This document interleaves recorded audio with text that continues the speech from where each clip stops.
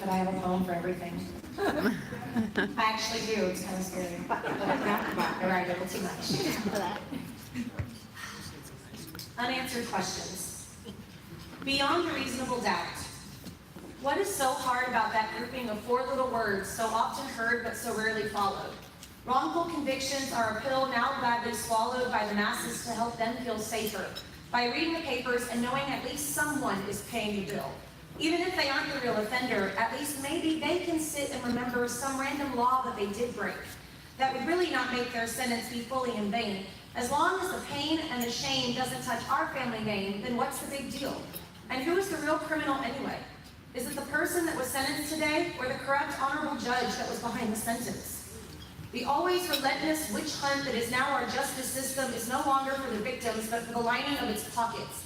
The filling of dockets to fill a cell. The filling of that cell to fill a jail to max capacity so we can build more with heavy steel doors to lock away our investment.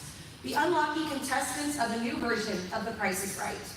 And why is due process so difficult to process? How can you incarcerate without evidence? And where is the fairness of sentences from maximum for one but minimum for him, just because he fits into your prejudice by the color of his skin or the amount in his checkbook? Or maybe it's just the way he looks that justifies this unjustifiable violation of justice. Maybe it's the amount of tattoos he has that brushes you the wrong way. So the maximum amount of days that you can send him away without any sort of delay is good enough and most valuable. After all, he is entitled to a speedy trial. Who cares if it wasn't both fair or quick and thorough? You only care about how far away he can go from you and your community.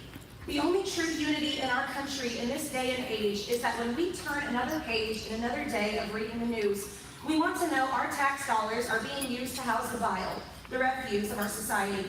Everyone wants to sit in their false sense of piety. Their houses are whited sepulchres, each and every one an exact replica of the other. They forget that that human being is someone's father, mother, daughter, sister, brother, and they don't care. Because somewhere down the road, freedom was abandoned. Instead, we were all handed a pack of lies. The unbiased eyes of Lady Justice were freed from their blindfolds, and now the blind hold in contempt the light of truth.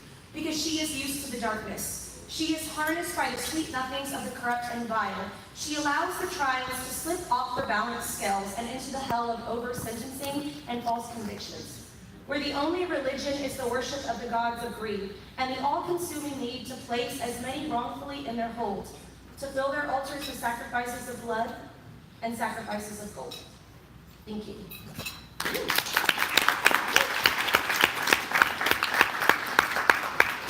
you.